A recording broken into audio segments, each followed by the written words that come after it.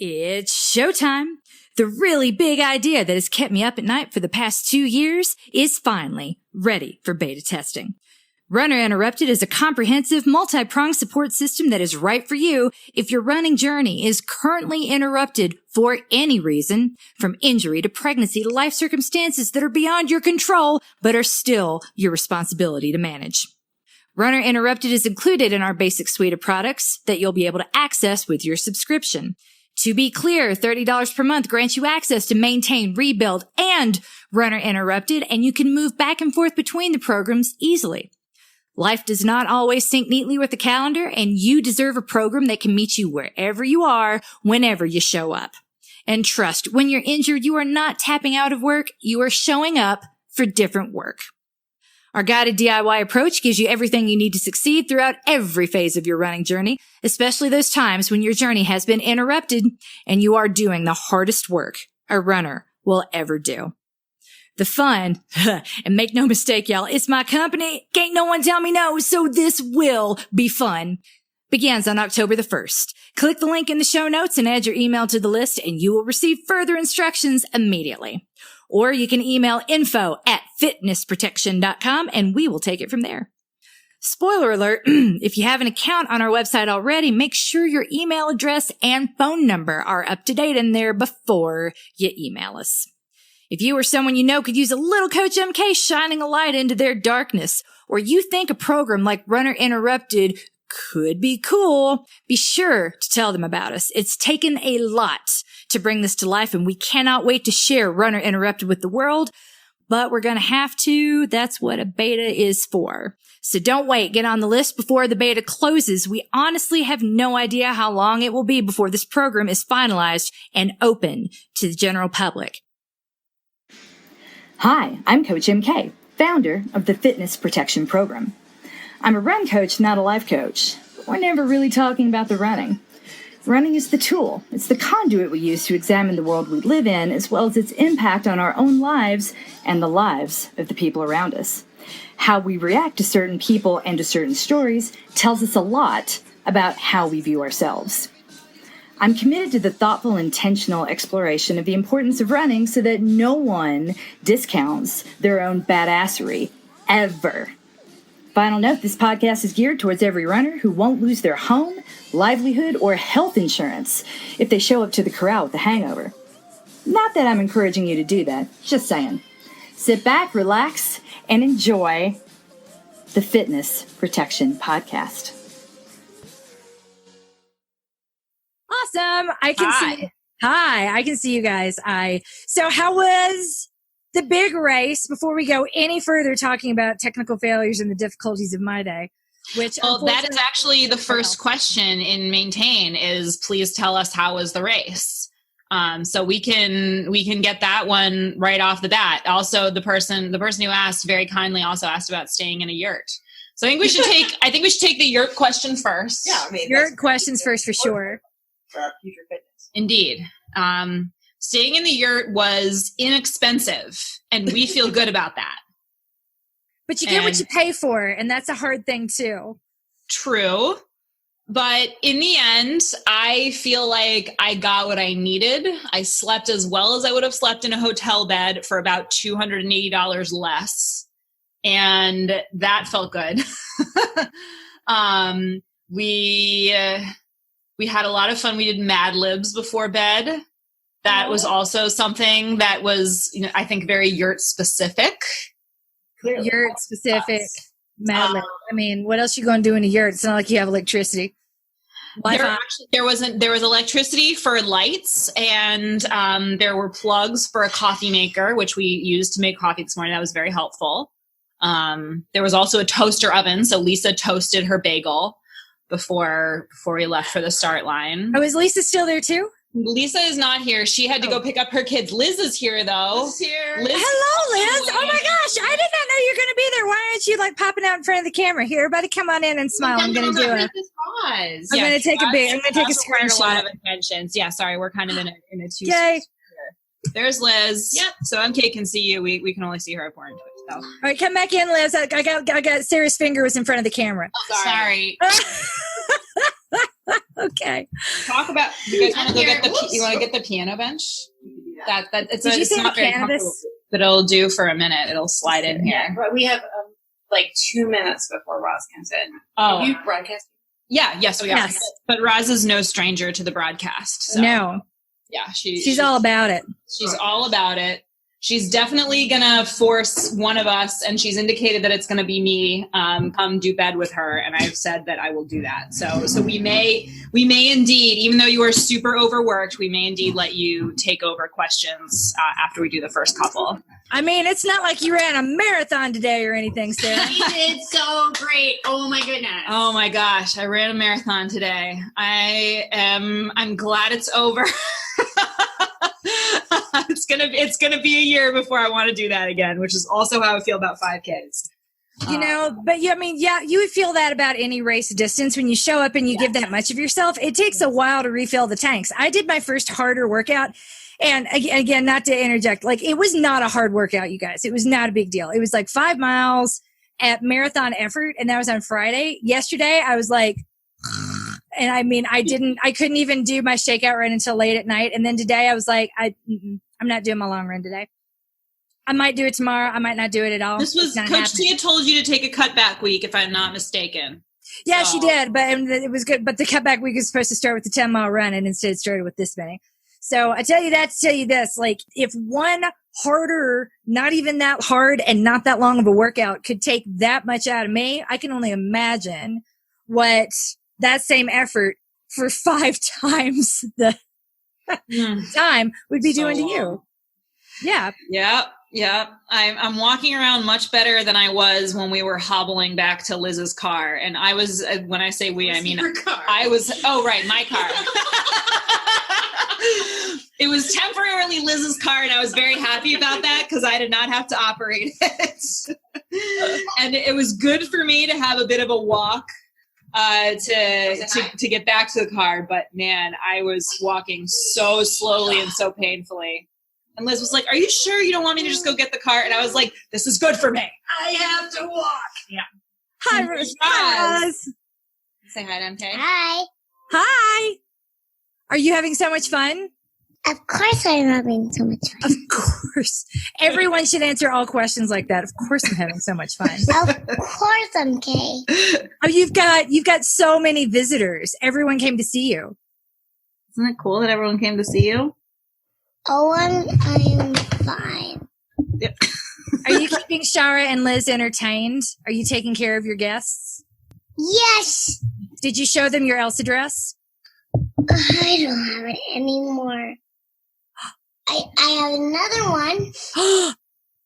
Yeah. Well, you should get it. Get it and get your Elsa and Anna doll, because I know that Shara doesn't get to play with those at her house anymore. My Elsa and Anna dolls? Elsa and Anna dolls? Yeah. No one puts Elsa in the corner. All right, go get them. Go bring them in. Anyway, a couple of people's questions in Maintain were about how the race went, and so I do want to oblige and tell them how it went. And then Shara, you should also talk about how your race went. Yeah, of course you should. That's people want to know these things. Everyone knows that you guys are on Ask the Coach tonight. So yeah. It was here for support. And Liz was an amazing cheerer. She took amazing pictures of us as we were like coming around the bend towards the finish line. And, I know. She sent them all to me. I loved it. Oh, she did an amazing job. I know you were dying. So fun. 1, 2, 3. I know, and I was here, Elsa and Anna. Here they are. They want something to look at. They want something to look in? I don't know what you mean by that. Something where they can see themselves. Okay, well, so then we have to switch screens, and that means we can't see MK anymore. And that's no! MK can see you, but we can't see her. Should we switch back to where we can see MK? No, I want it. No. Something where they... Elsa and Anna really need to see themselves. They are attention hogs. They really are. Yes. I mean, I get it. If I was a princess and I look like that, you'd have a hard time getting me out the mirror too. Seriously, especially a lot of selfies earlier. Yeah. Yes, they take a lot of selfies these days. I make it bigger. I don't know if I can make it bigger, honey, because that's how Zoom works. Make it Hey, Ross, do you go camping? Have you ever been camping? No. Yes, I've been camping. You have been camping. Do you want to go camping again? Of course I'll go camping. Of course you'll go camping? Yeah. It's not a given that MK will go camping, but I really hope you'll come camping with me, Roz. There's going to be a big party. No, Anna did that. Oh, that party. Yeah. No, Anna did that. Roz might be invited in a few years. Yeah, Anna, please stop. That's not good for our recording, okay? Roz might be invited in a few years. I don't know. Thank you, Anna. We want to go. We want to go. All right, go ahead. I assume you're talking about next May and camping. Yes. Okay. So let's talk about that for a minute. Because I assume anything you're going to say about a yurt is going to sell people on this 3 days at the fair thing. The RVs had some things going for them that the yurt did not. I will say that. Oh, I'm saying like that is what my butt is going to be in. Because guess who does not camp? This girl. Well, you remember the RVs were very nice. At least the one that we were in, which they rented from the event. So I assume that's pretty typical of how the RVs are. I was very impressed, and I slept very well. I would totally do that again. But what's the highway sound? Oh my God, yeah. So the yurt was located at the bottom of a ski hill in New Hampshire on Highway 9. A closed ski hill. It's a closed ski hill because no one's skiing right now. There's no snow. So it was kind of like at the base of the ski lift right next to the little lodge. And there were many arcade games inside the lodge, which we were very specifically instructed not to plug in or play with. So we sucked it up and complied with that. And that's no fun. It was an interesting operation, to say the least. It definitely looked like something illegal was going on. Like, it was like all of the entrances were closed off. Yeah, we had to like drive. The instructions, the check-in instructions said drive around the cones that say closed, and then enter the combination in the padlock and unlock the gate and pull the chain around. And oh man, I love it. You gotta love small town anything. Yes, you really do. Very, very much small town. Like, I guess this is what we'll do with this while people aren't using it for skiing.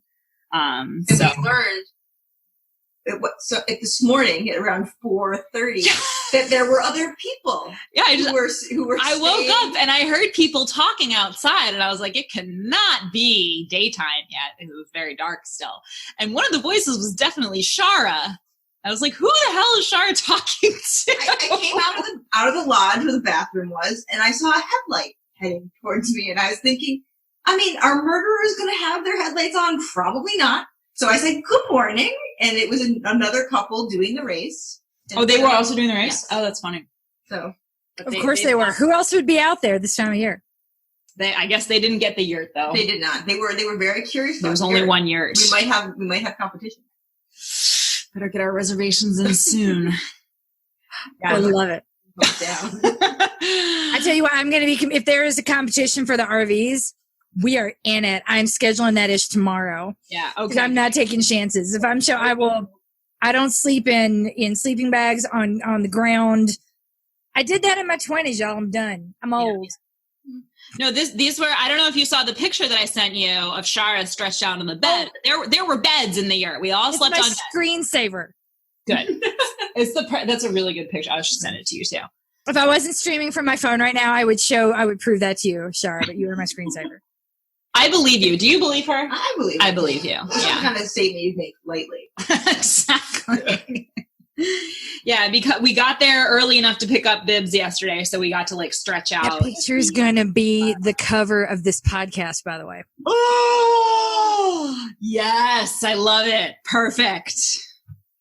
Oh my gosh.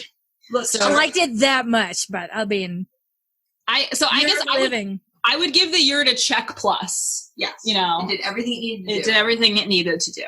And there was a coffee maker. I was, and I will say that I was prepared to bring my own and all of the accoutrements that go with it, but you did bring your own. I did, just in case it was a shitty coffee maker. I mean, yes. Your solution was going to be for heating the water. Well, there was a water heater. Did you know the kettle? Yes, I did. I knew there was a kettle, but I have my own kettle that I was going to bring just in case. Coffee is not something I mess around with, especially on the morning race. Moment, like I think when you started the coffee maker this morning, I was like, what if it doesn't work properly? All of Sarah's coffee is in the coffee. It would have been sacrificed and I would have been very upset. But that was one of the things that worked very well today. And we were very grateful. Yeah.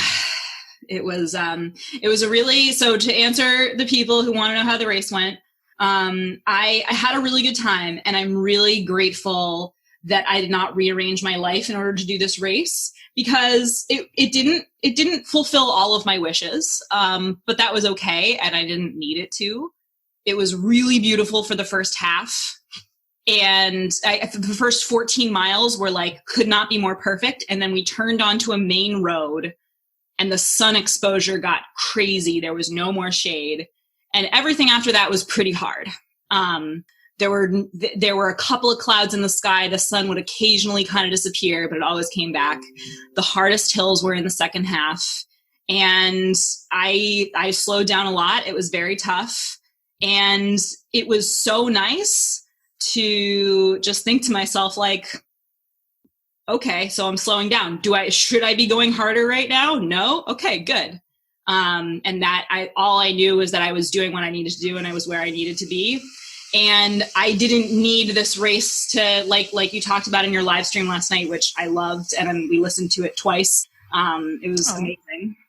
And this race did not need to be anything other than what it was. It was a day where I did something that I haven't done in a long time.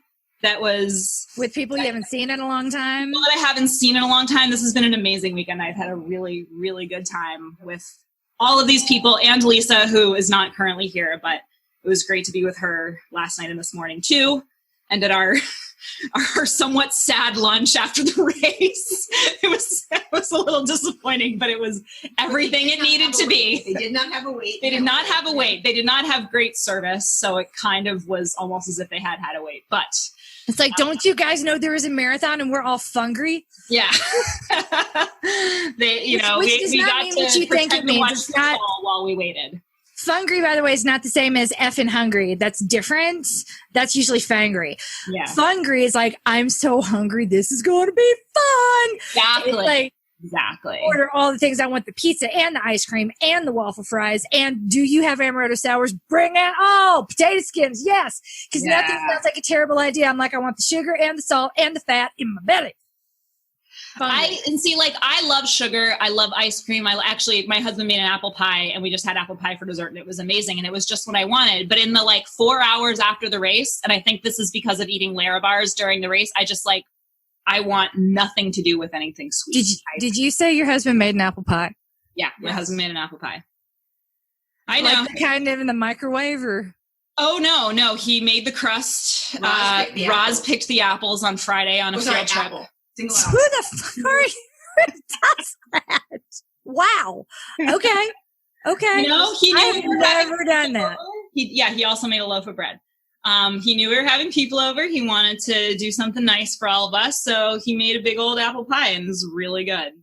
And by 8 hours after the race, I was ready to have apple pie. But I was so just like, I didn't want anything sweet. I didn't want anything. I was not that excited about food. And then we sat down at the table and started eating. And I was like, oh, actually, this is great. I'm into this.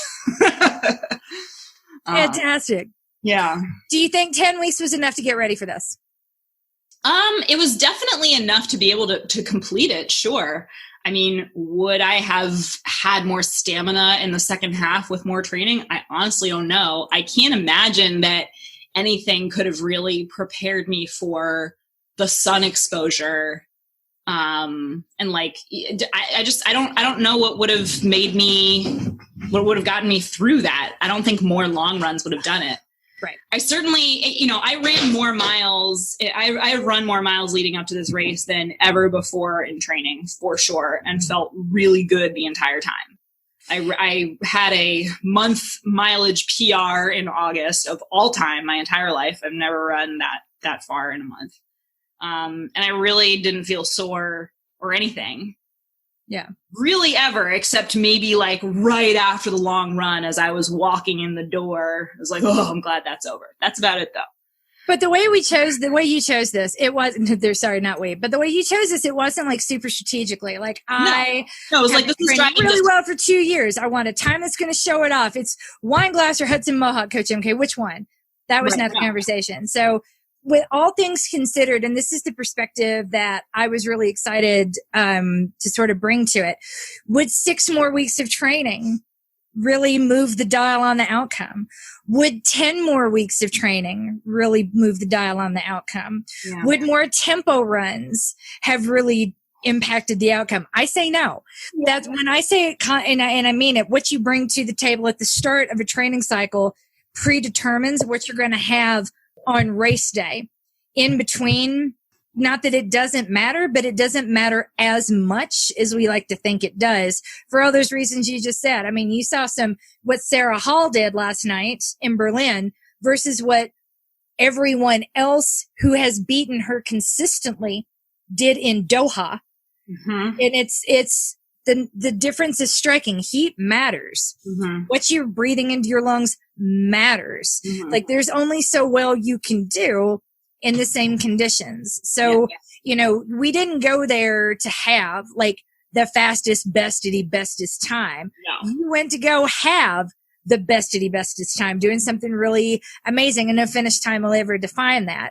Mm-hmm. And I would argue that you put the right amount of concern into it. Because if you'd really been stressing out doing things right, aiming for like, which you not say you did them incorrectly, but rather if you'd been like doing all the things like you did when you got ready for Twin Cities, mm-hmm. that would not have been an enjoyable summer.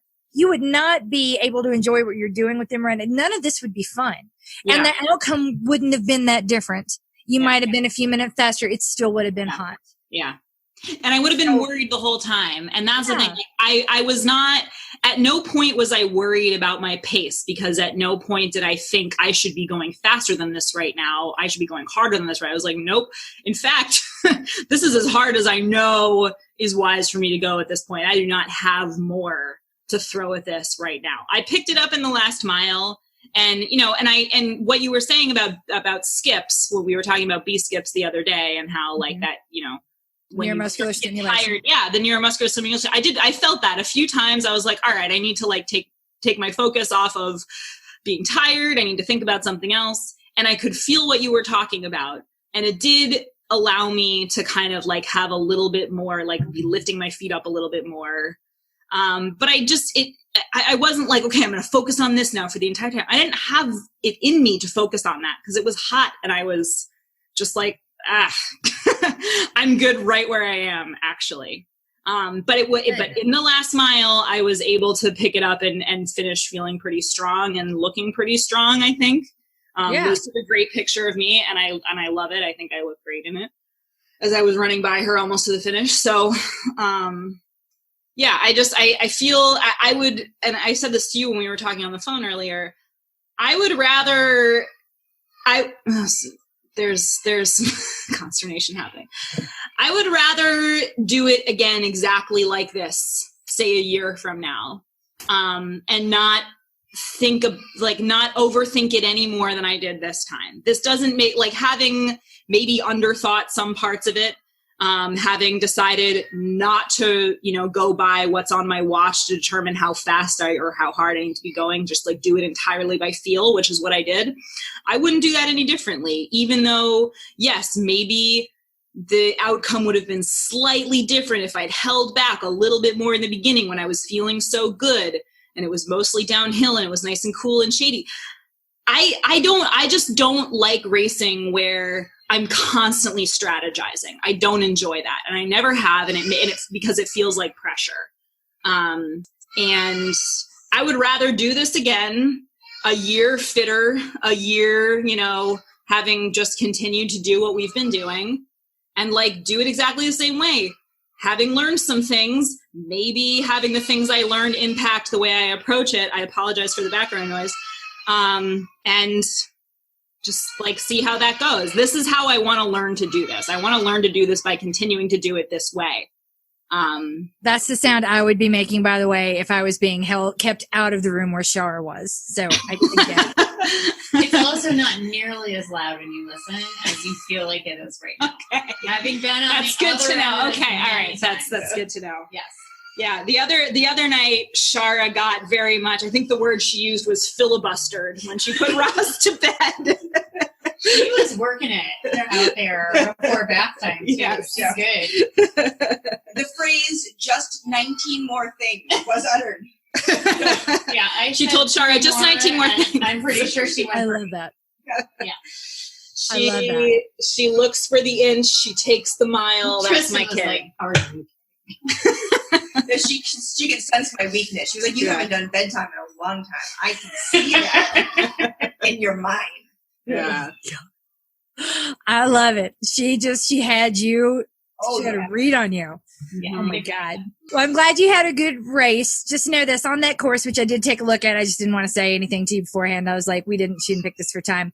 Maybe, I don't think you did anything wrong. Maybe we could have squeezed, if the day had been not as hot, Yeah. we might have been able to squeeze maximum 10 minutes out of it.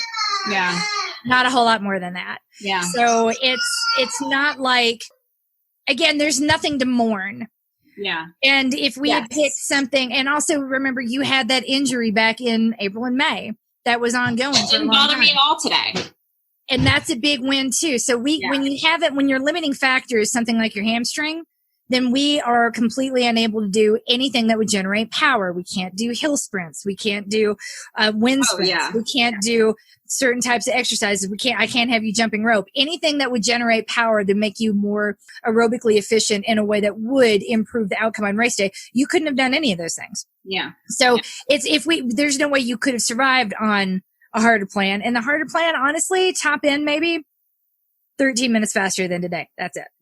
Yeah. And that's because you couldn't have done any of these workouts and managed the workload as you were exiting Harvard. It was a super stressful past couple of years. Your body was not going to respond to more stress. Yeah. So now next year, you might want to do what you did right now, but it's going to be a different type of stress. It's going to be a different scenario, but you're mentally, you'll be in a different place. So don't write it off. What happened today is not representative of the best you can bring to the table. You're exiting a really stressful year and a really stressful situation. This transition to whatever, this next phase becomes, it's a story that's being written and it's a hard one to tell while it's happening. What are you doing? I'm a run coach. I can imagine how well that flies on the East Coast because, gosh, when I go to visit my friends on the East Coast, I don't even want to say that. Even the ones who work in sports don't know what to say because I'm a fitness instructor and that's the bottom of everyone's food chain. And that's fine. I say saying I'm a content creator or an influencer is not a whole lot better, but usually for funsies, not in this particular micro community for sure. Boston is a very academic place. Yeah. It is what it is. So while that story is being written, more stress or trying to compensate for what you're not getting at when you meet people with a performance, that's just not a road that's going to lead you anywhere good. You'll get faster over time if you don't stop and you're not injured. But, you didn't, I just wanted you to keep perspective. You basically just sort of showed up and YOLO'd effectively a really strong marathon on a less than optimal day. And that's the story that I hope is cemented in your mind because that's exactly what happened. There's nothing, again, when I say how much better could it possibly have been, maximum. And again, highly unlikely. Remember the EAT? Every time I had people doing the EAT, they'd be like, here's the plan. I'm like, no, that is the best effing case scenario. And it is not going to happen. Yeah. Then why is it on here? Because that's 80% is what, but people just don't think that way. I extract every dime of value or I threw all my money away. It's that binary type of thinking. So the sooner we can get out of that, the better. And what you got today was effing fantastic. I feel really good about it. I do. You didn't sacrifice more than you wanted to. You ate the ice cream. You went to the birthday parties. You had date night with your husband. It's not like you threw everything at the wall trying to make which is what you have to do when you're running for time, right? We have to do all of the things and manage all of the odds and manage anything, all of the risks as tightly as we can to increase the odds that we're going to get what we want on the day. And everything you don't do isn't throwing away your chances, but it's something you're going to kick yourself about if the day doesn't go the way that you want. Right. Because you're putting everything in.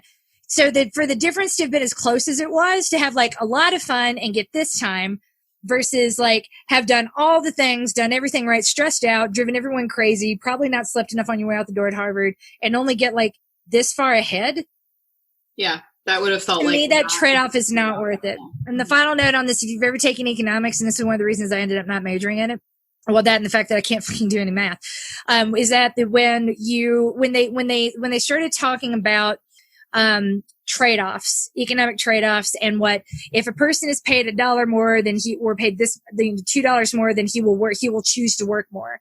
And I remember thinking like, no, there's going to come a point where that extra money isn't worth whatever trade-off he's making to be at work. Mm-hmm. And this is like an econ 101 class. This was not, like a higher level anything. This was not behavioral economics. And they were like, no, he will. I'm like, but no, he won't. They're like, this is an imaginary world. He will. It's the model. And I'm like, this makes no sense. This is really stupid.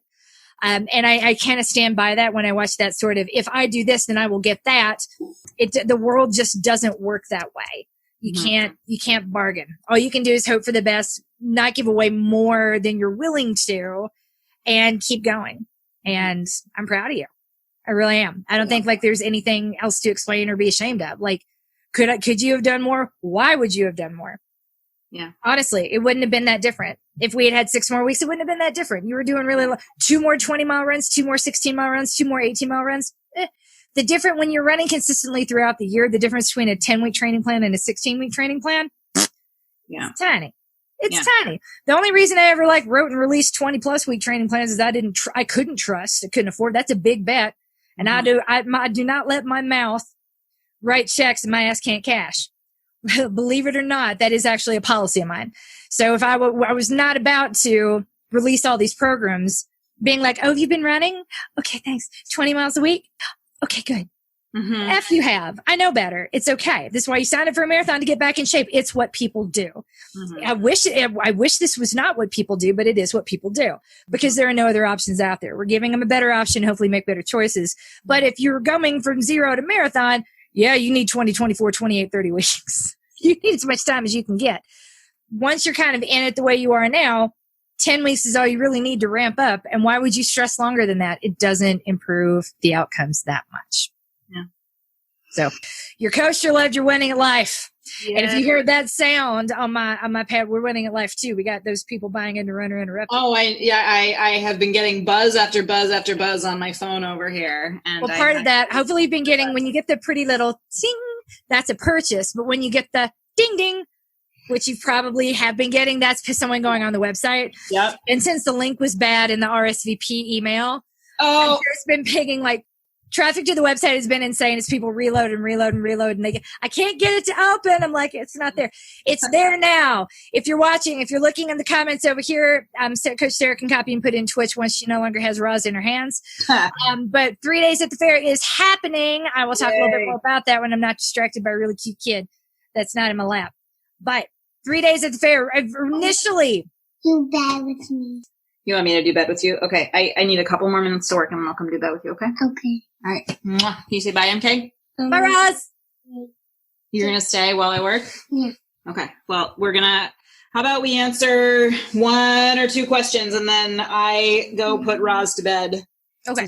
She has been very patient all weekend with me being away, and I am happy to leave Liz and Shara in charge of answering questions while I go do bed. In fact, I think that sounds like a fun idea. Let's go. I'm not sure MK's going to really think that's the best idea, Sarah. No, I love it. I want to hear. I really do want to hear what you can go ahead and put her to bed. Sarah, why don't you go ahead and put her to bed? I'll do the spiel that I needed to do about Runner Interrupted in 3 days. Okay, perfect. And we'll start. We will start with questions. It is all good. All right. So, hi, Ross, big kiss. Liz and Shara, this tab right here, that's the questions. Oh, dear. Okay. Right here. Yay. So, toggle back and forth between Twitch. That way you can see MK. Are you meeting me? No, Okay. No, they got to let me out. All right. Oh, no, Liz had a Say look on her goodnight, face as she Roz. was edging towards the door. Fantastic. All right. All right. For those of you just joining the stream, I'm Coach MK Fleming of the Fitness Protection Program. That was Coach Sarah putting her little daughter to bed. And now we have 2 of our trainees here, Liz Kinsella and Shara Osborne, a.k.a. the filthy mouthed wife. I love that shirt. If you're just joining us, if you checked your email and you're a member of either the Fitness Protection or CoachingLove.com websites, you would have received an invitation to 3 days at the fair. We went last year. We're doing it again. And when I'm wrong, I'll say that I was wrong. And I was really wrong on this one. Susan proposed doing it again in 2020. And I said, girl, I don't have time. I don't have bandwidth. Go do some math, come up with a business plan, send it to Sarah, and then we'll see if it makes sense. But you're going to have to pitch me on this one because I don't know. There are a lot of ways we can spend our time. And at the very top of the pitch, which she actually did go and do. Usually when I say, hey, go do the math, people don't come back. That's why I made you guys do the EAT in the first place. If I tell them to do math, they won't, and then we'll have nothing to talk about. Wrong. I was wrong again. Susan wrote a beautiful proposal. It's really strong. And at the top, it said the reason that we need to do this is because it's the one event that our rebuilders and Runners Interrupted can, in fact, participate in too and benefit from. And from that moment on, I was like, whoa. It was a very convincing argument, and we are all in on it now. The event has been created. There is a link that's going to be coming around in an email very soon. Right now, it's in the comments. And hopefully, if you're a site member, then it is in your inbox. RSVP and let us know if you're thinking of going. And if there's a critical mass of you guys, then we will offer an upsell on the website, an add-on one-time product to help you either get through the 4-day. Why would you do a marathon for a day for 4 days? I don't know, but people do that. The 24, 72, and 144 hour options. Or if you just want to do a half or just show up, there are lots of things you can do at this race. They have an endless variety of options. And the best part is you don't even have to run. You can show up. The thing that I remember the most from my time there was walking at one point and just starting chatting with someone next to me. And I asked her how long she'd been going, and she said 8 hours. I'm here and I plan to do 9 more. I walk for an hour for each year I come here, and I walk 1 hour for every year of my sobriety. And I was like, oh, my heart kind of broke in that moment. I'm like, I'm with you, and I want to come back, and and I really hope she's there next year too for I guess it'd be, oh my gosh, it would be her year 20. So there you go. This is cool. There's something for everyone. And plus, like, this is in the middle of nowhere. It's as close as you can get in the middle of nowhere in the middle of New Jersey as you can possibly imagine. You're going to fly somewhere and then have to drive and get there and camp, but they have RVs. So this, unlike a marathon, which is a fixed period of time, everyone's trying to cover this fixed distance in the fastest time possible. You just have people that are trying to go for the longest time possible, or are treating this as, I have X number of hours to complete so many miles. So you can get off the course and eat. You can get off the course and take a shower. You can get off the course and take a nap. It is incredibly cool how this thing is put together. I've never seen anything like it because, again, most ultras do not let you leave the course for any reason to take a shower or a nap. Even if you could, you're not allowed to. You'd be disqualified. So 3 days at the fair. I never thought I would say this after I read about that stuff the first time, but boy, it's a really good event. I'm looking forward to going back, and I hope you guys will come with us because Coach Sarah and I are going to be there. Yay! And I might be bringing my foam roller and the car sander too, because that's good fun. Second thing, Runner Interrupted. It is open. The beta is open. If you go to the website now, you will see that the pay link is clickable and it is operating. So those sounds that you're hearing are people buying in. Go ahead and jump in the beta. If you are currently a subscriber in Maintain or Rebuild, then you do not need to purchase a second subscription and cancel anything. You don't. All you need to do is email me, info@fitnessprotection.com, and I have to add you by hand to everything. And I will do that because right now everything is password protected, and I will give you the password once I've checked to make sure that yes, you are a paying member and we're good to go. And again, I'll ask is that you not share that password because the one thing I can promise you is going to be in there, mistakes. Lots of them. Welcome to the factory, everybody. This is why we have beta testing in the first place. I would rather work out all the kinks before I make it available to everyone and have to answer questions from people who are not participating in the program that just want to know if this is really correct versus it's not functioning the way I think you intended it to. Coach MK, please help us out. So there is that. And I'm really excited about it. There's more stuff coming your way. You'll be, anyone that was on the email list that has indicated interest in Runner Interrupted will be receiving more instructions tonight.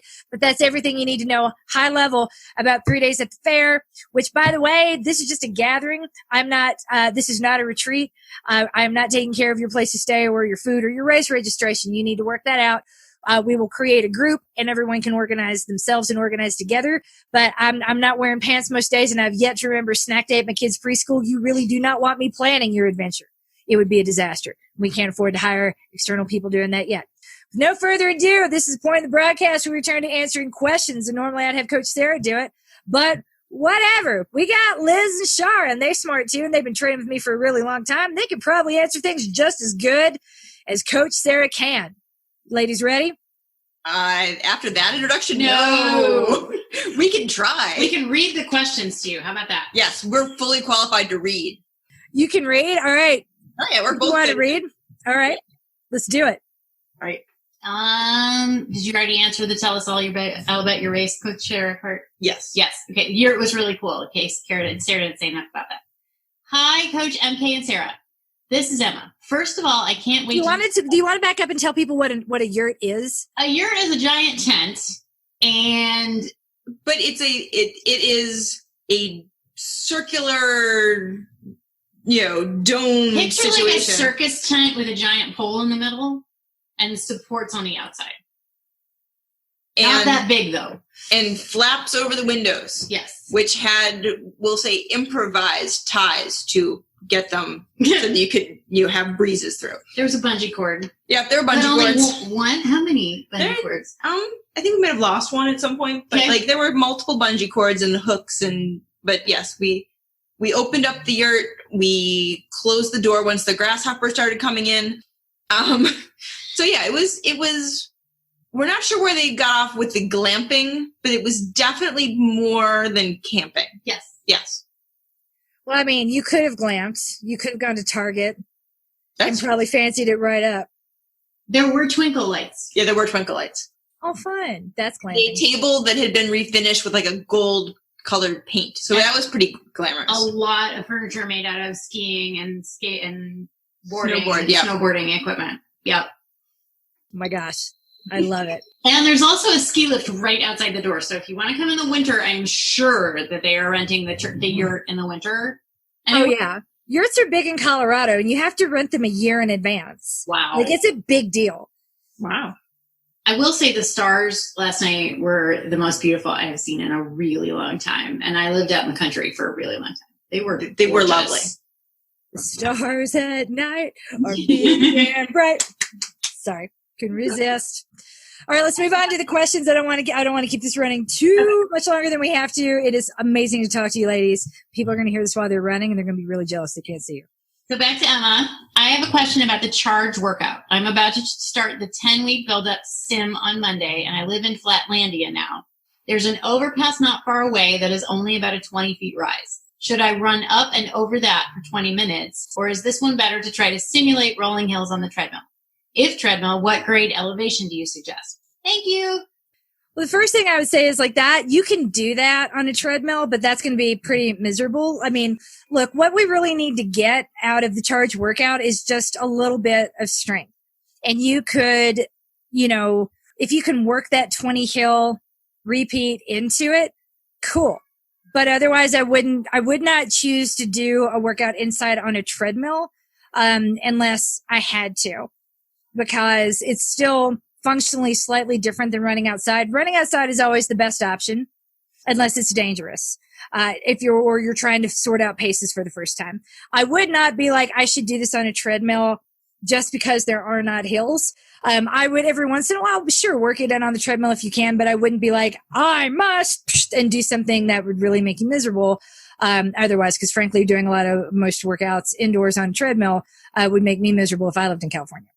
So tell you this, 20 feet rise is totally fine. Work it in. However, that's enough. If you're going to do it on a treadmill, there's no need to go over 2.5%. Okay. Here's the next one. Hello, coaches and guests. It's race week for me. Woohoo. I have 2 questions. The first, thoughts on getting a flu shot during race week? Ideally, I would do it after. Disney 10 days post-race. So I'm weighing my options on how it might impact my race. I would wait. Every time I've gotten a flu shot, I've gotten sick. So Which, and I know doctors will be like, that's not related because they can't prove it. And I'm like, I'm not saying don't get it. And I'm not saying don't vaccinate. We get flu shots every year and we vaccinate everything. I'm like, what else can get vaccinated in this house? Because we're just nasty and there's a lot of us. So with that in mind though, if you really care about the outcome of the race and your race is next week, you can wait. You've waited this long. You can wait one more week to get the flu shot. If your race is not until January, go ahead and get the flu shot now. Don't wait till January to get the flu shot. I mean, the worst that can happen is you get sick and you miss a week or two of training. It's not the end of the world. Okay, here's a second question. Getting the flu would mess up the rest of your year. Definitely. All right, we have a heart rate strap related question. Okay. I've used it for 2.5 years without any problems, but in the last few weeks, there's been chafing, and now I have a blister from rubbing. I've been using Body Glide, but clearly it's not cutting it. Any suggestions? Nut butter. It's called squirrel nut butter. Squirrel nut butter is what you want to get. And if you want something thicker, that's going to go down there and in the chafing. Or if you're a larger person, and by larger, I mean like you just don't have bony wrists. My wrists are kind of bony. I cannot use those optical sensors at all. They just don't work on me. But on a person that has a little more meat on those bones, and that's not necessarily euphemism for fat. It just means like some people have padding there, some don't. I don't. If you do, go with the optical sensor. Don't torture yourself. If it may be there are other adjustments we can make, or, not to cut you off, I'm sure, Cher, you ladies also have bigger breasts than I do, and probably have a very different life and a very different view on this than I will ever be able to give. So go. Well, I will say Sarah has been singing the praises of Ruby's Lube, which she learned about from people at 3 days at the fair. And she ended up after the marathon today with no chafing at all. Oh, wow. Yep. So that's my suggestion, which is really Sarah's suggestion. And I went optical sensor, and I also had no chafing today. So I was pretty psyched about that. Yeah. Especially in the outdoor shower where I would have, possibly scared wildlife at the point that I discovered said chafing. So, oh my God, outdoor shower. It's just not me. I love that you ladies went. I'm just so glad you had a good time. But I'm like, that is one thing I'm not looking forward to at 3 days. It's probably why I will go to 3 days of fair, honestly, and not race. It's so that I can avoid taking a camp shower. You got to know yourself. It's important. It is. I did that stuff for years. I did not have the best camp experiences. So I'm like, rather than relive my trauma in a public place. All right. Next question. Could you please give us some data points in Training Peaks Premium that might be helpful to us and explain what they're measuring either in isolation or with each other? Okay, it depends on who's asking, because more data does not help y'all make better decisions. I like looking at the efficiency factor and how that tracks with your power over time. The relationship between the two creates, it's called aerobic decoupling. And we really want to see your decoupling drop down below 5% over time. Have fun with that. You can also buy their WKO5 software, and you'll still have to do a lot of it manually, but hey, you'll have another piece of fancy software with more data that can extrapolate it and play with it more in a variety of different ways. Another thing that I like looking at is the intensity factor. The harder the workout, at the fitter you get, the less of an impact a hard workout has on your body. Meaning, when you're really unfit, a workout might generate a score of like 10 because it was really hard for you to do. The fitter you get, that same workout might generate a score of 3. So that is one thing I like to look at over time. But again, for all of these, there's no good raw numbers for it. Like, what's a good fitness score? That is not actually a measure of your current fitness level. It's a measure of the current training load your body is carrying. And that's why we can't have that number rise too quickly, because that's where the 10% rule really comes in. I think mine last week was 38. This week it's 42. And it's no wonder I'm tired today. Didn't want to go for my long run. So there's that. So those are the two. If you have a Stride, STRYD power meter that goes on your shoe, if it's on your wrist and not on your shoe, it's bullshit. That is math happening on your wrist. It's a guess at best. It's an algorithm. It is not an actual measurement of anything. Wrist generated power is useless. Ignore it. I will not discuss it with you. If you have the shoe pod that is measuring power, then you can take a look at intensity and relate that as well to any of the data points I just mentioned, because the efficiency factor will fall away. It's more about your volume, the intensity of your velocity. which is some other French phrase I can't even remember. I just call it intensity and velocity. So those are the data points that I would care about the most if I was really going to go math on Training Peaks.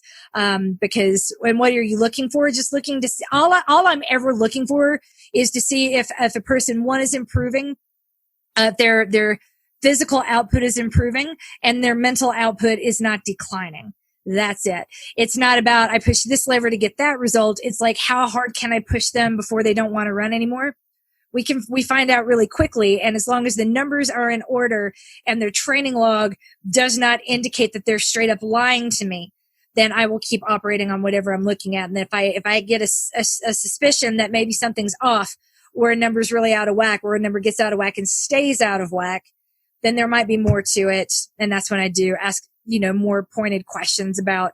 So Shara can tell you, if I have nothing to say about a workout, if I don't respond, doesn't mean I didn't see it. It's not a bad thing. Sometimes nothing to say is a very good thing. It's actually what we're going for. When I come in with a question about, like, tell me more about that, that means I saw something I didn't like.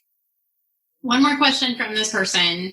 Are there variables that are not helpful? I appreciate knowing that as well. All variables are helpful. It's the emphasis that you put on them that can be unhelpful. It's the pressure that you can put on them to rise that is unhelpful. Remember Jeff Skilling? No? Mm-hmm. Yep. Okay.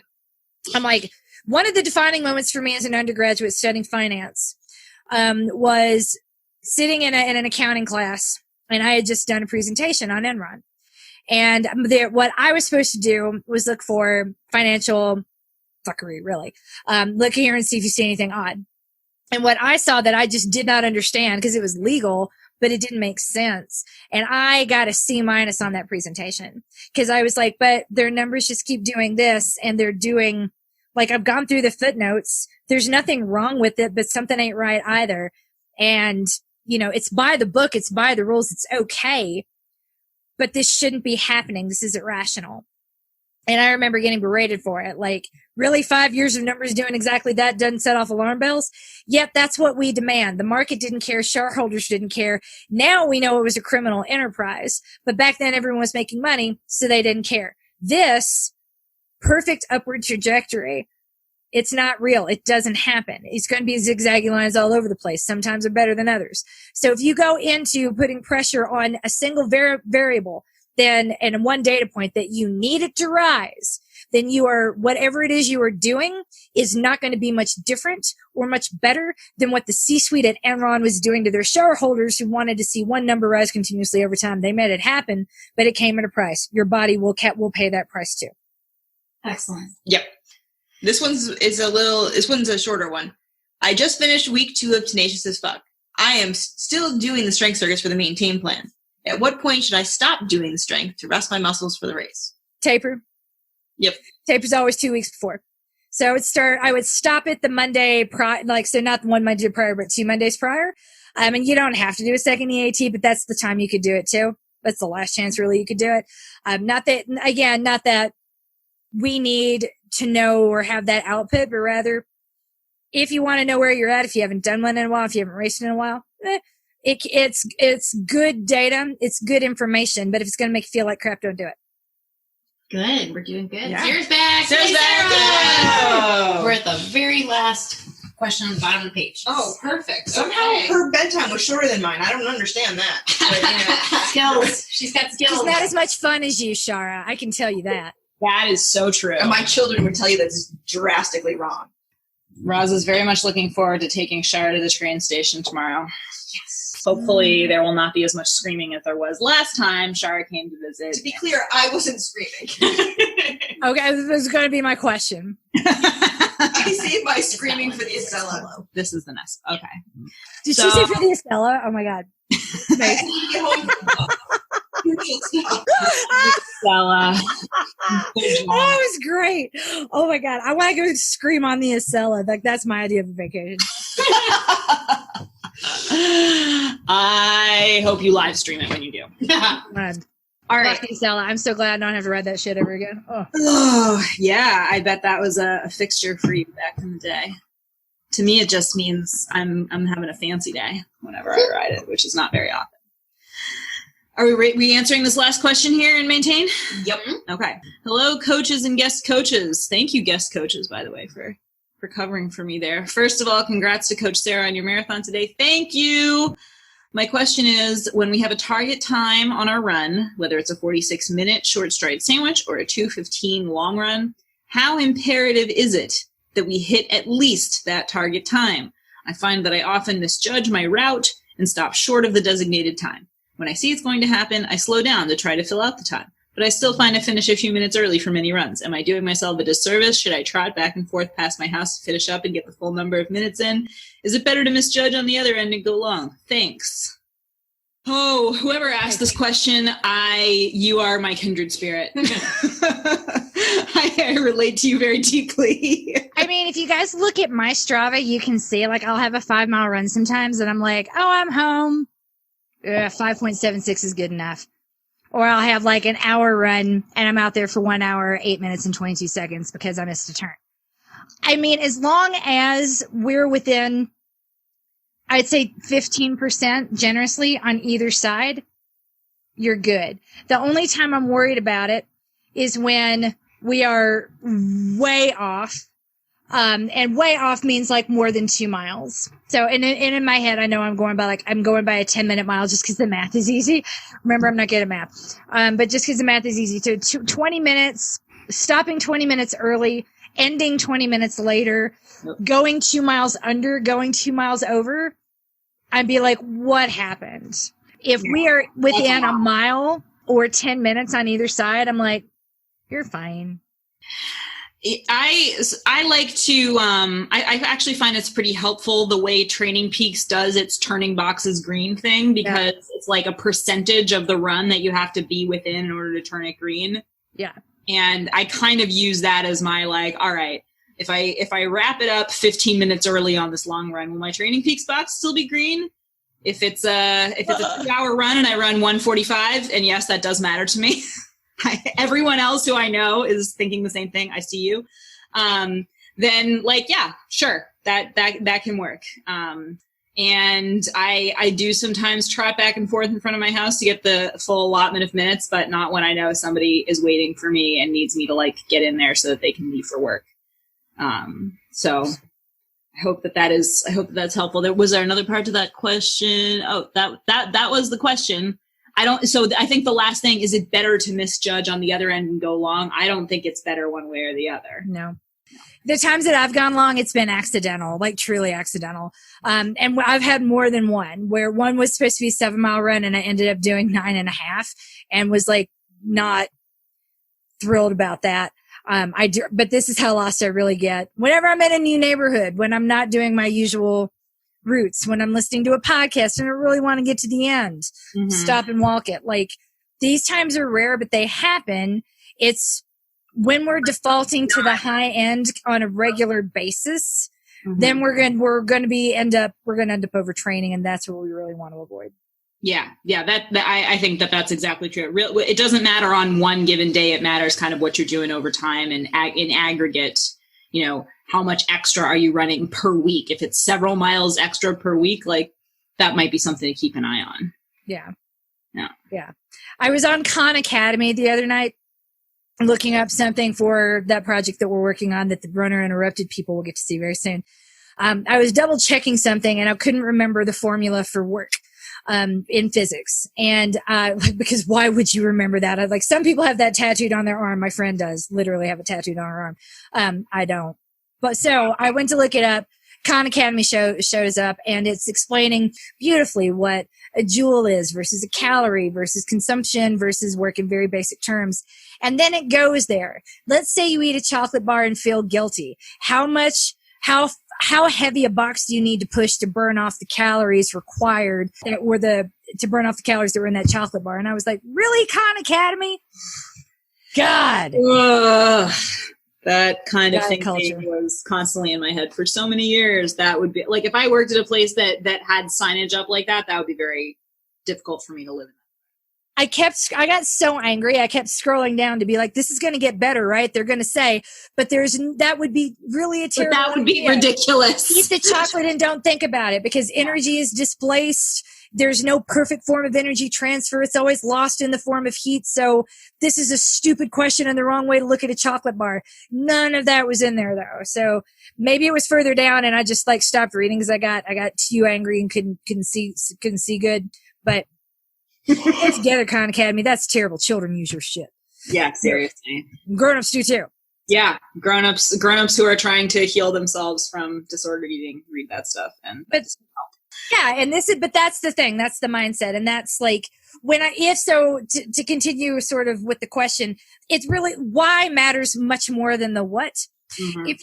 If your sense of direction is as bad as mine and you don't map things out ahead, one being way over by 2.5 miles is usually not going to happen a second or a third time. If a person is continually overrunning, then the why becomes really important.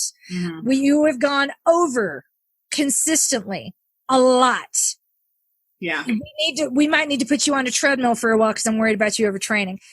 So that's where my brain goes when someone is consistently doing over. I'm wondering if they're trying to cancel out what they ate if they're doing really bad runner math, dangerous runner math. So yes, that is the kind of runner math that I definitely used to do. If you're stopping on the shorter end, I'm only worried about it if you're pressuring me out the other side of my mouth about performance. I need to know this plan is going to work because this is very important to me and I really care about this race and I'm taking a big chance on you. And so I need to know. And I'm like, well, then you need to do the work. And you need to not sleep in a yurt the night before. Right. Well, I'm just, yeah, right. If every one of your runs has been 20% under and you're like, race day didn't go as well as I wanted, well, that's an easy thing to point to. Unless you can be like, you know what? I didn't do any more than I had to. I didn't sacrifice anything I didn't want to. Mm-hmm. If you're good, everything's good until it's not. And the question really is, how do we keep everything good over time? And if you are not trying to, if running if you're trying to cancel out something else that you've been doing, that's not how fractions work. That's not how your body works. That is the only time I would be worried about it. If you're under, I'm like, it's only a big deal if your anxiety is spiraling because you are under or you're tempted to go out for a second, third, fourth run, makeup run at the end of the week, making up the miles, making up the time. We don't make up anything. We pivot and we keep moving forward and we don't worry about it. And if you are worried about it, I would focus on the why again, more than I ever would the what. I think that's a really good answer and to that question, and also possibly sensing questions other people have in their head but might not know how to ask. As always, amazing. Okay, we have one question in rebuild and then that's it. Are we ready? Next week we'll have questions from Runner Interrupted too, because that's the part. Will. We're trying to keep continuity for our interrupted runners as much as possible, and that includes training peaks, a tether, and the ability to ask questions right here. So if you're on the fence about whether or not Runner Interrupted is right for you, go over to our YouTube channel. I just put a video up. I'm pretty sure I left it public, but I answered that question with towel wrapped around my head because it was that kind of morning and I just wanted to get that done. So I don't look real good, but I sound terrific and the logic is sound. I explain what Runner Interrupted is, more or less. I don't give away all the cool aspects of it, and there are 5 pieces that are gorgeous. One of them is the ability to continue answering questions and ask the coach. Another is training peaks, and the rest I'm going to save for the people that are going to be hopefully jumping in that program. But yes, you will have access to Ask the Coach, 2. Yay. All right. Next week, it will be Triple Decker Ask the Coach. This week, we only have one question, Runner Interrupted. And it's a good one. This is from someone who's new to one question in Rebuild. This is from someone who's new to Rebuild, which is amazing. Hello. I am new to this group, and I struggle with fueling myself before runs, timing for eating before a run, what to eat and drink, and how long before a run, particularly for an early morning run. I usually wake up and get dressed while having an espresso. That sounds awesome. Stretch for about 10 minutes, warm up for 5, and then head off once I've used the bathroom. TMI? No. Nope. Ask any of the people in our yurt. Not TMI. Often I don't eat before the morning run, and this seems fine as long as it's a short run, maybe half an hour. When I run later in the day or longer than that, I really struggle to find the right timing for running after eating. How long does one need to wait? I'd love to hear your advice on this. So everyone's a little bit different. And me personally, I've been doing this for so long that I'm finally getting to a point where I really need to have a little something before my runs. And it is a hard adaptation for me. Yeah, so I hate that.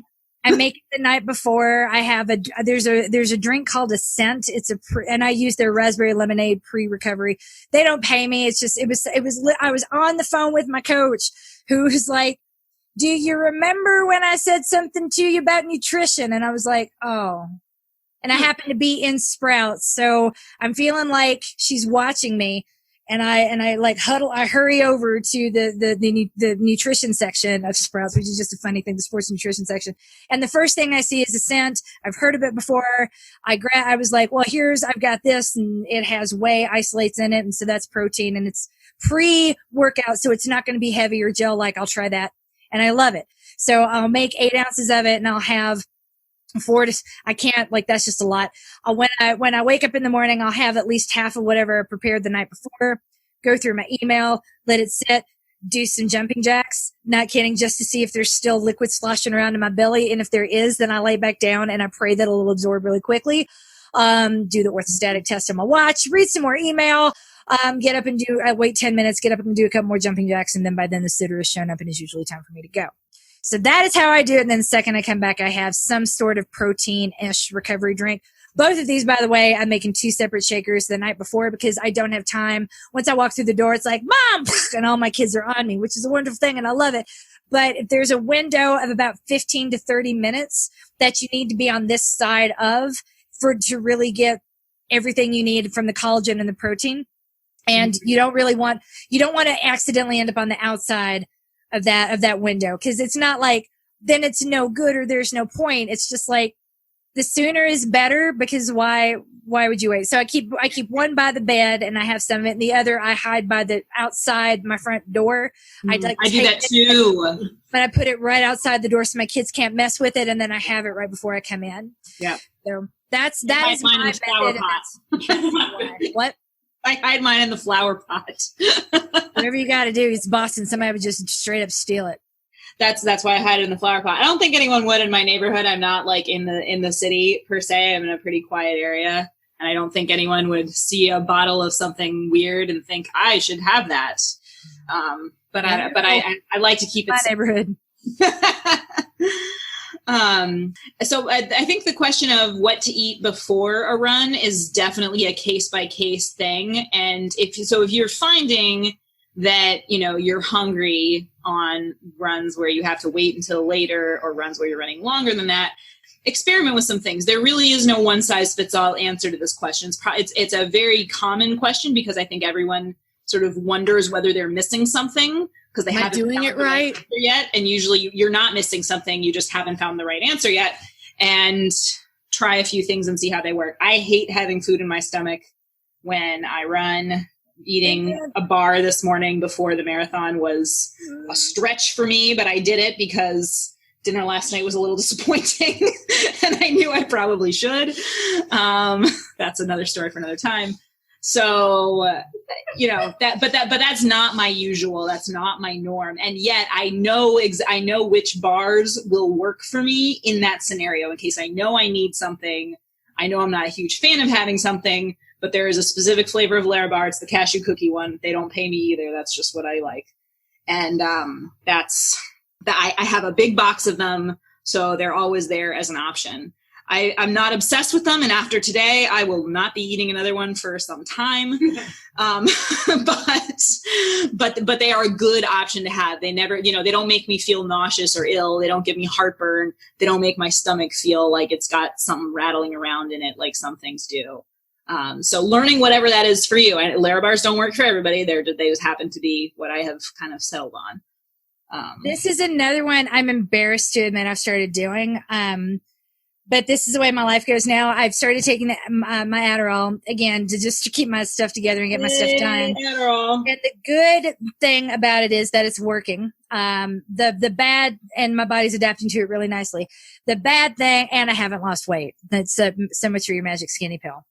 That makes me so angry. But anyway, the one trade-off is that when I'm really sucked into something, it can be hard to get me out of it, and I forget to eat. I just straight up forget. My husband is appropriately worried about this. But if I also leave my office and go downstairs when they're just here with the kids, they're going to be on me, and I still won't get to eat. So it kind of doesn't matter. So I started stashing food. It gets really hot in the second floor of our house. This is a really old house and we don't have the best air conditioning. We do have good air conditioning. It's just hard, like hot air rises and it all collects in my office. So I had to start hiding foods up here that have a long shelf life, high amounts of protein, and aren't disgusting.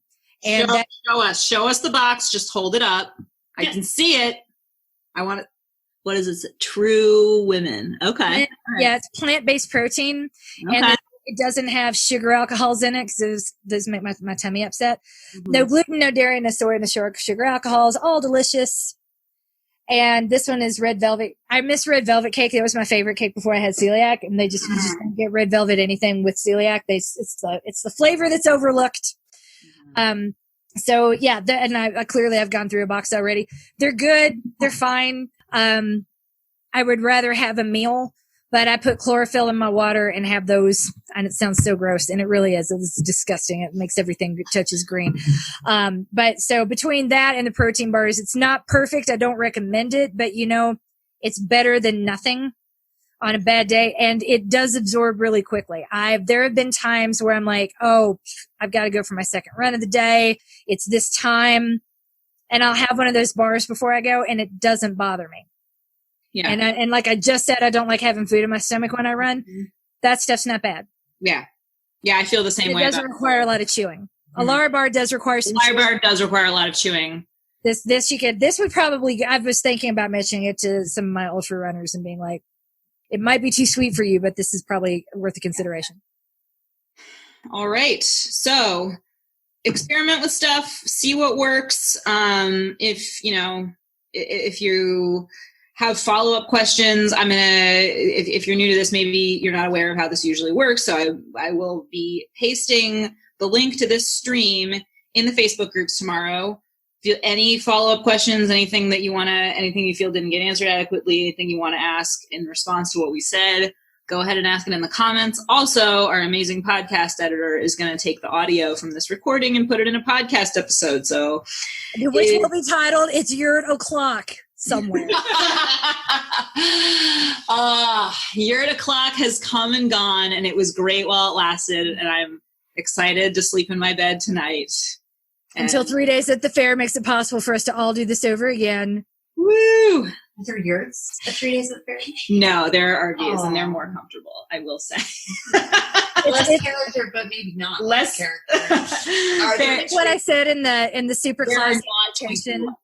What? Shara asked if there are twinkly lights, because there were twinkly lights in the yurt. There are twinkly lights wherever you go, Shara.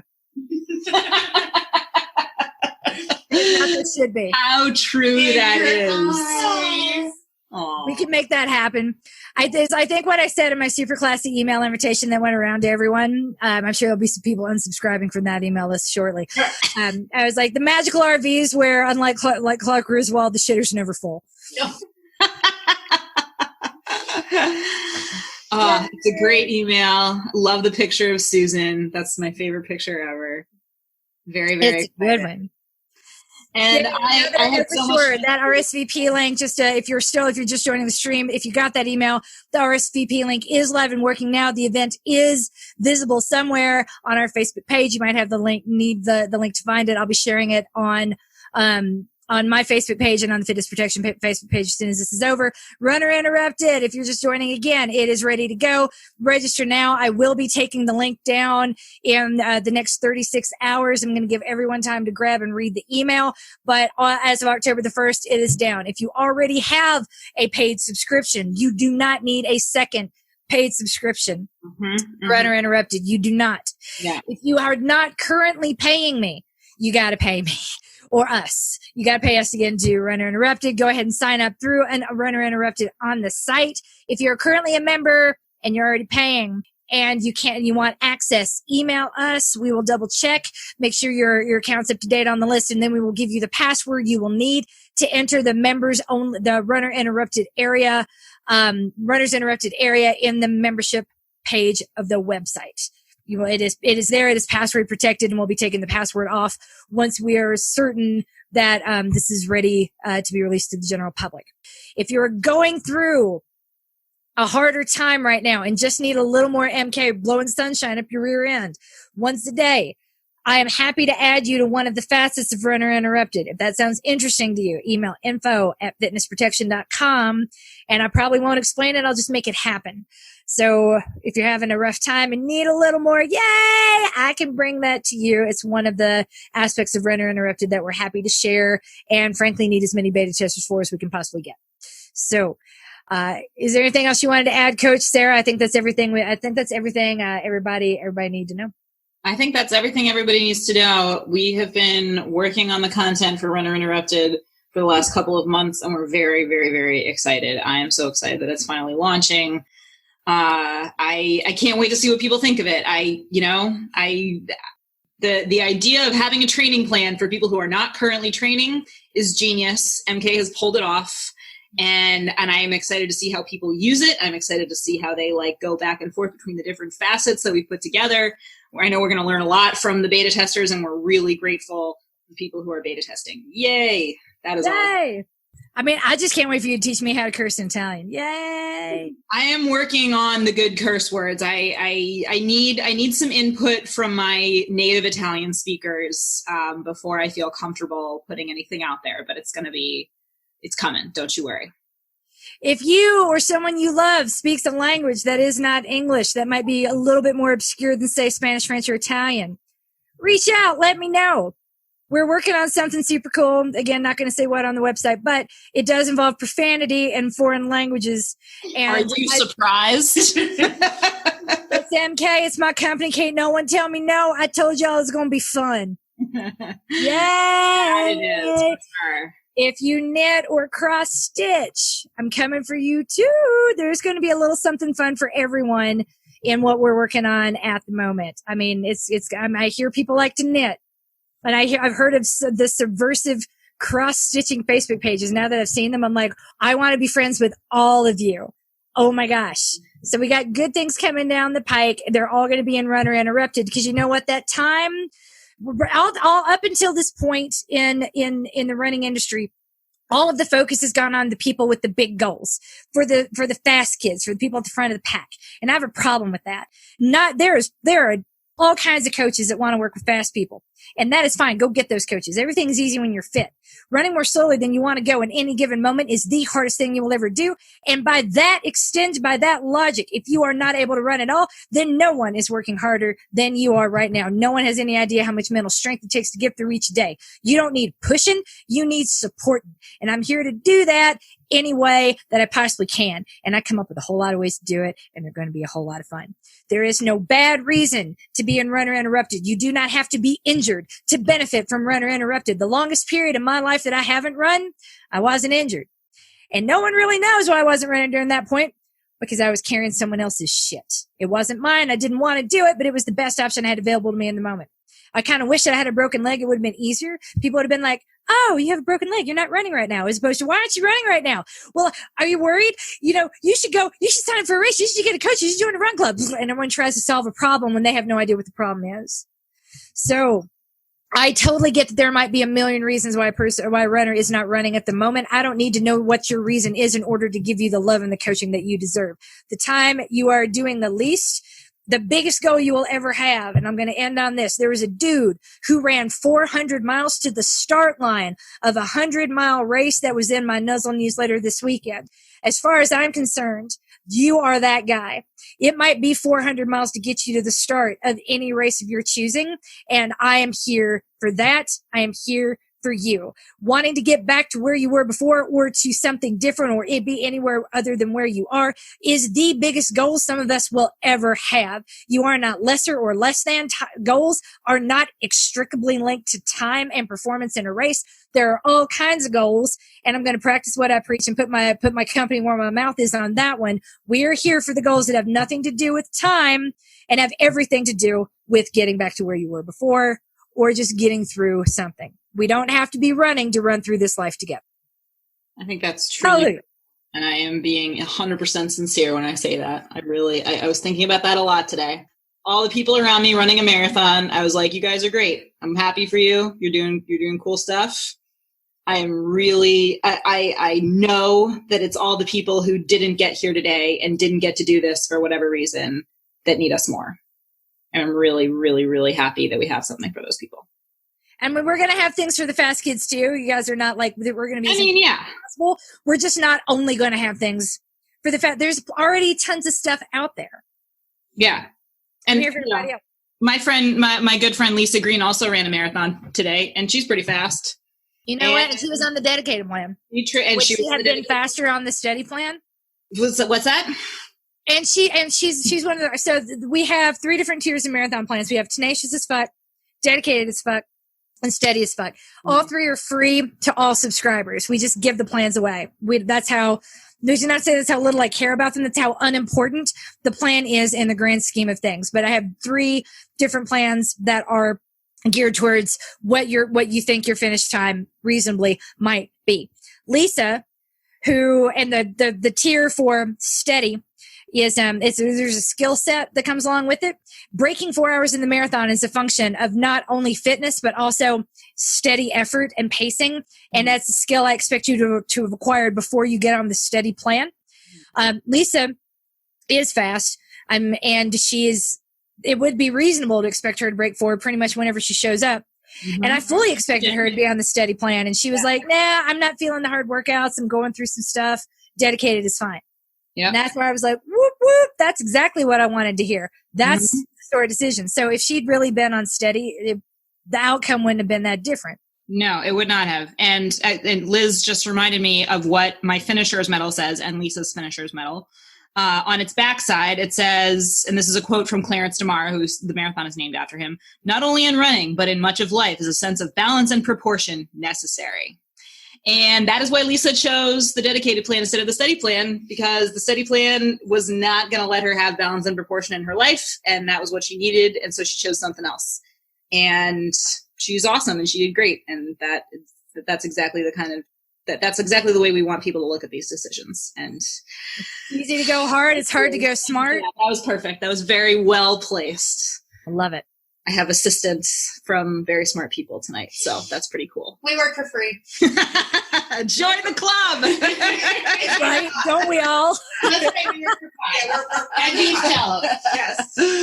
Oh my gosh, yes. Everyone, please join Runner Interrupted so I can start paying Dr. Coach Sarah Alstor out of Harvard University. I'll get a better job somewhere.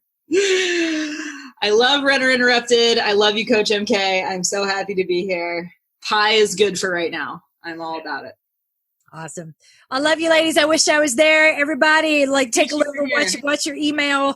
You're going to be getting more emails tonight because otherwise I'd have to go downstairs and sit with my family. Just kidding. I'm going to sit with my family. I'll send the emails later tonight, and there will probably be more mistakes in there. But whatever, you live and you learn. At least my hair is dry now, as opposed to the videos that I filmed earlier today. You're coached. You're loved. And if you're living the yurt life, you are still winning at life. Woo! You don't need to be in a yurt to be training with us. That's perfect.